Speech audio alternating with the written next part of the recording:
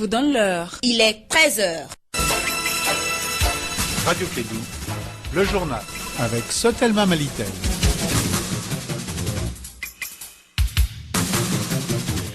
Il est 13h à Bamako. Bonjour à toutes et à tous et bienvenue dans cette édition, la deuxième de Kédou Info au sommaire. La caravane de l'association Tous et Chacun bat son plein dans le cercle de Kadjolo pour véhiculer des messages de sensibilisation sur la mortalité maternelle et néonatale. Fonta Diakité nous donnera des précisions dans cette édition.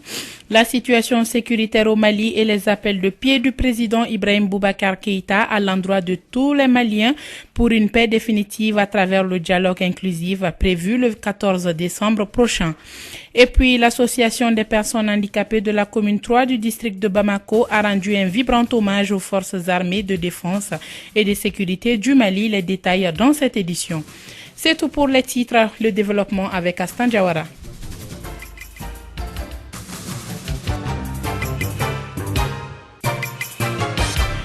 Une fois de plus, bonjour. Tout d'abord en bref, la DIRPA, la Direction de l'information et des relations publiques de l'armée, porte à la connaissance de l'opinion nationale et internationale que les informations qui circulent sur les réseaux sociaux relatives à des motos payées par Barkhane pour l'armée malienne sont effectivement destinées aux FAMA, les forces armées maliennes. Nous l'avons appris hier, l'Algérie qui préside le comité de suivi de l'accord d'Alger, CSA, a demandé lundi le report de la réunion du CSA alors que la date d'une rencontre venait à peine d'être fixée au 11 décembre. Et puis, les chefs d'État et de gouvernement de l'Union économique et monétaire ouest-africaine, UEMOA, en conclave à Dakar, ont décidé de mettre sur la table une contribution immédiate à hauteur de 100 millions de dollars américains pour faire face aux menaces terroristes. Ils l'ont fait savoir à l'issue de la session extraordinaire de l'organisation qui a pris fin hier dans la capitale sénégalaise. Une façon de contribuer urgemment au financement de la lutte contre le terrorisme dans l'espace communautaire. La conférence a décidé une contribution immédiate de 5 millions de dollars américains aux 3 membres de la ligne du front du G5 Sahel, Mali, Burkina Faso, Niger, ont-ils annoncé dans le communiqué final lu devant la presse.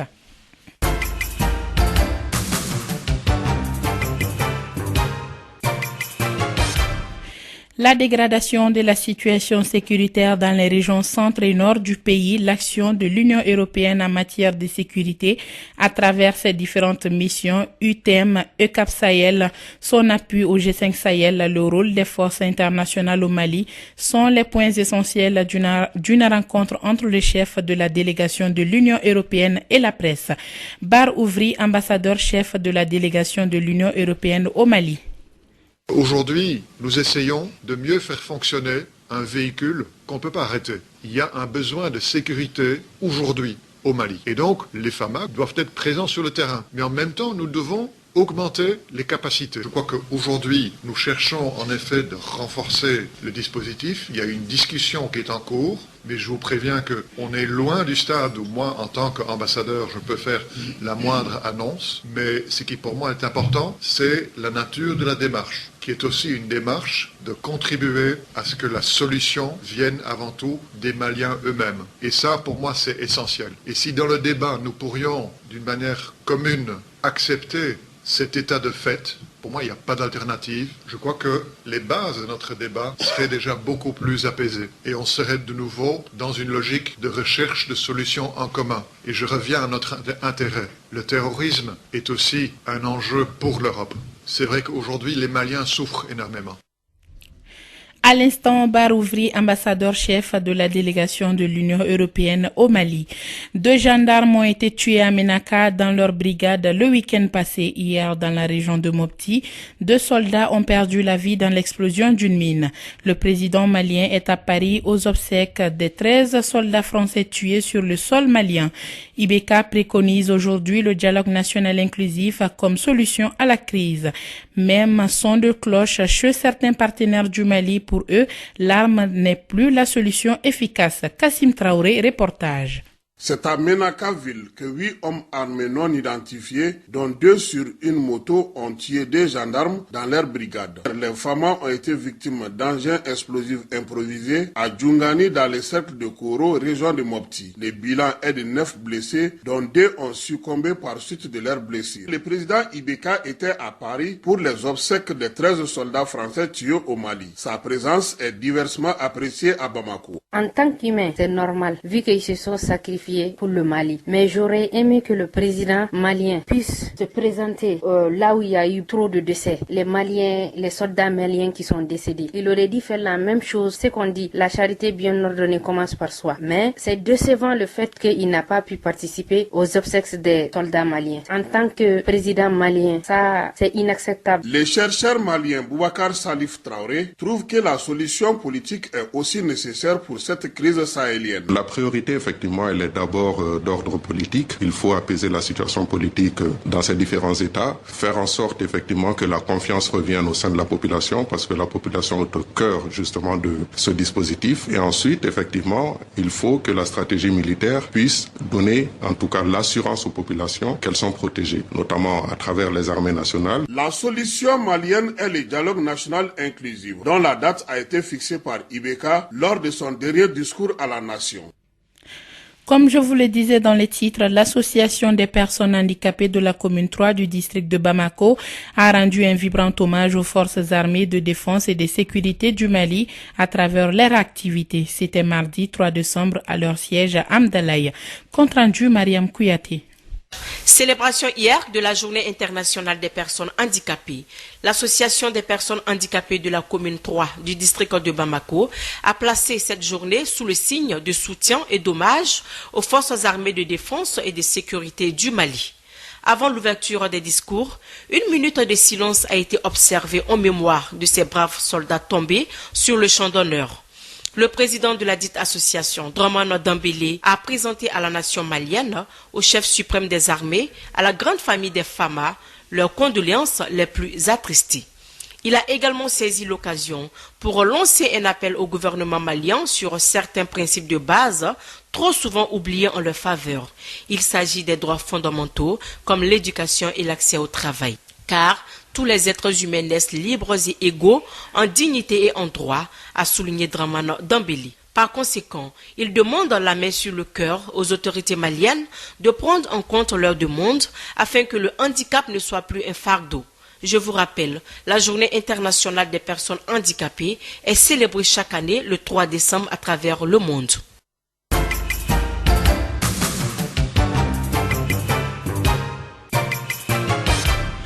Depuis la descente musclée des forces de l'ordre suite à l'assassinat du commissaire de police de Nyono, cette ville tarde à retrouver son atmosphère. Il y a des personnes arrêtées qui attendent leur jugement, des chefs de famille en fuite ou encore des personnes qui se cachent par crainte d'être arrêtées. Kassim Traoré nous en dit plus.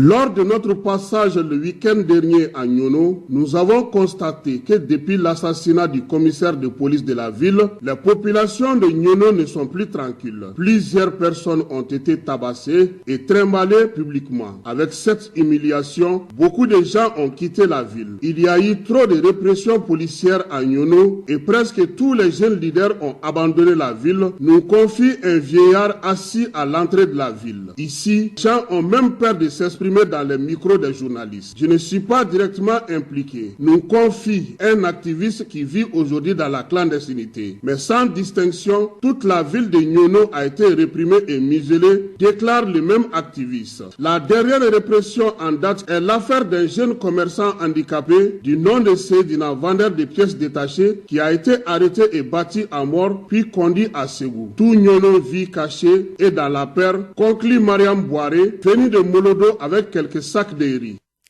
Merci Kassim Traoré pour toutes ces précisions. La première audience publique de la commission Vérité, Justice et Réconciliation CVGR s'ouvre ce dimanche 8 décembre à Bamako. Elle aura pour thème les atteintes au droit à la liberté, arrestation, détention arbitraire, enlèvement et enrôlement forcé des enfants.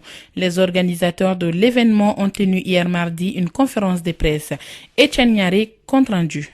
Cette audience sera un cadre d'expression des victimes des différentes crises que le Mali traverse. Ces victimes vont témoigner de ce qui leur est arrivé. Ousmane Oumarou Sidibé, président de la commission Vérité, Justice et Réconciliation CVJR. Prendre conscience et se mobiliser pour la non-répétition de ces conflits et ceci crée un tel espace et aussi une voie vers la guérison des victimes. Cette reconnaissance de la nation à ce qui leur est arrivé et créer les conditions du pardon et de la réconciliation. Cette audience publique de la CVJR n'est pas un tribunal. Ousmane Oumarou Sidibé. Nous, c'est un espace de reconnaissance à partir des cas qui ont été documentés, qui ont été corroborés par différents instruments que nous avons, mais nous ne visons pas la recherche des auteurs, nous visons la reconnaissance de ce qui est arrivé dans un esprit pédagogique et de plus jamais ça pour permettre au Mali de sortir de ce cycle de violence. La commission Vérité, Justice et Réconciliation CVJR attend le témoignage d'exactement 14 victimes. La caravane de l'association Tous et Chacun a sillonné le cercle de Kadiolo pour véhiculer des messages de sensibilisation sur la mortalité maternelle et néonatale. Pour une meilleure prise en charge de grossesse, la femme enceinte doit faire au moins 4 consultations prénatales. Cependant, beaucoup de femmes du cercle de Kadiolo commencent à ne terminer pas la CPN. C'est ce qui nous dit de ce reportage de Fanta Diakité. Le cercle de Kadiolo est situé à 96 km de la région de Sikasso. Au niveau du district sanitaire de Kadiolo, la situation de la santé de la mère et de l'enfant n'est pas à hauteur de souhait. Selon le responsable de la santé reproductive, Dr Namori Kamara, le taux de consultation prénatale CPN1 est acceptable contrairement au CPN3 et 4. D'abord, c'est que les femmes, elles ne commencent pas tout les CPN. Généralement, elles pensent que pour commencer les CPN, il faut atteindre un certain nombre de mois avant de commencer les CPN. Il y a certains qui pensent comme ça. Et d'autres aussi, c'est un problème de moyens. Mais nous avons constaté qu'il y a en tout cas beaucoup de maris qui n'incitent pas leurs femmes à venir faire les CPN tout. Et malheureusement, ces hommes-là ne sont pas conscients du danger que ces femmes enceintes-là courent pendant leur grossesse. Du coup, ces femmes enceintes qui ne fréquentent pas les CES comme pour les CPN ne bénéficient pas non plus les bons conseils pour prévenir l'anémie qui est de plus de 30%. Elles mangent tout simplement tout ce que les autres mangent. Alors que pour les femmes enceintes, il faut vraiment des aliments qui sont riches en fer. Si tu te rends en hospitalisation, tu vas voir que la plupart des malades sont là pour des problèmes d'anémie, soit après l'accouchement ou au cours de la grossesse. La plupart de ces grossesses ne sont même pas sûres. C'est pourquoi la caravane de sensibilisation pour la réduction de la mortalité maternelle, néonatale et infantile de l'association Tous et Chacun est régulièrement soutenue par l'Organisation mondiale de la santé.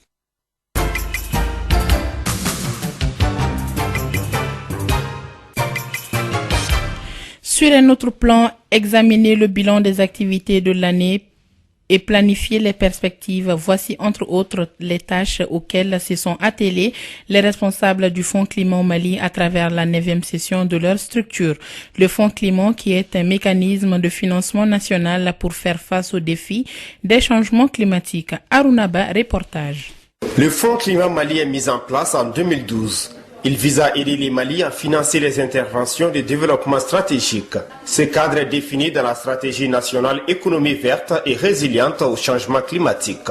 L'énergie, l'agriculture et la foresterie sont les secteurs identifiés et retenus pour ce fonds à travers 118 communes au Mali. Dans ces perspectives, en 2020, le fonds attend s'illustrer à travers plusieurs actions. Le ministre Ousseini Amianguindo, en charge de l'environnement, de l'assainissement et du développement durable, nous énumère quelques-unes.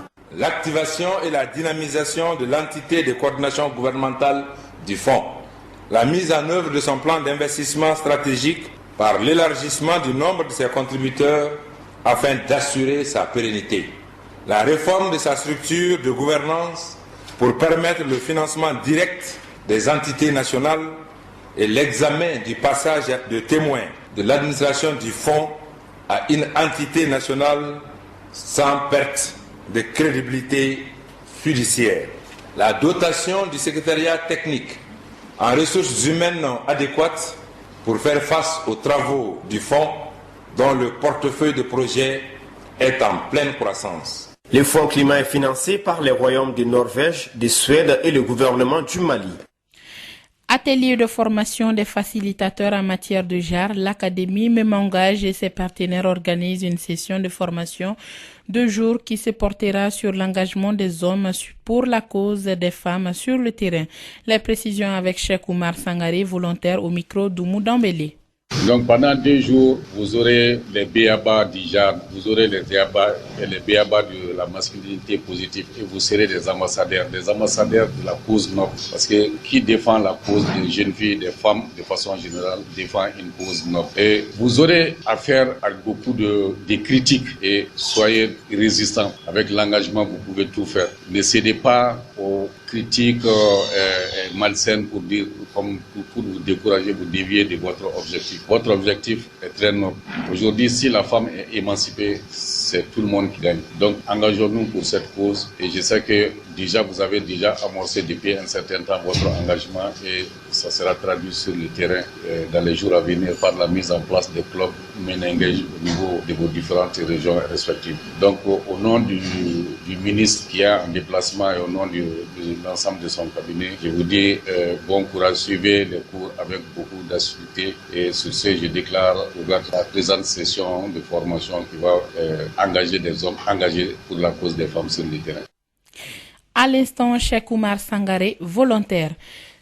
13h passé de 17 minutes dans ce studio Djelibaba Sissoko, Sports Football à présent avec moi dans ce studio. Nana Samake, bonjour Nana. Bonjour Astan Diawara, bonjour à toutes et à tous. Basketball Africa League 2020, une session de détection a débuté ce mercredi aux États-Unis. 50 joueurs venus d'Afrique, des États-Unis et du monde entier doivent se retrouver sur le terrain d'entraînement des Brooklyn Nets de New York aujourd'hui et demain pour permettre pour une première session de détection en vue de l'ouverture de la nouvelle Basketball Africa League en mars 2020. Ces 50 jeunes joueurs prendront part à divers tests et des matchs à 5 contre 5 sous les yeux attentifs des scouts, coachs, dirigeants et de quelques invités prestigieux. Pour rappel, 12 équipes de 16 joueurs participeront à la première balle qui aura lieu au Caire, à Dakar, à Lagos, à Rabat et à Monastir. La ville de Kigali au Rwanda accueillera les finales. Chaque équipe devra compter au moins 8 joueurs de la nationalité de l'équipe représentée, 4 joueurs étrangers maximum et pas plus de 2 joueurs non africains. Le Mali sera représenté dans cette compétition par l'AS Police qui a validé son ticket dimanche dernier pour la phase finale de la compétition au Cameroun. Et alors en Europe, on joue ce milieu de semaine les championnats nationaux. En Angleterre, la 15e journée de Premier League se poursuit aujourd'hui. À 19h30, Manchester United reçoit Tottenham. Dans le même temps, Chelsea joue contre Aston Villa et Leicester affronte Watford. À 20h, Liverpool, leader avec 40 points, reçoit Everton qui frôle la 17e place. En France, on joue la 16e journée de Ligue 1 à suivre ce soir à 18h, Toulouse-Monaco, Saint-Etienne-Nice et Metz-Stade Rennais. À partir de 20h, le Paris Saint-Germain joue contre le FC Nantes. Le programme complet des championnats européens, c'est à partir de 13h20 dans notre magazine des sports Aston Diawara. Merci Nana pour toutes ces explications. Et c'est sur ces mots de sport que se referme cette édition présentée par Astan Diawara, la mise en onde assurée par Abou Moulay Tioté Touré juste après votre chronique Elect.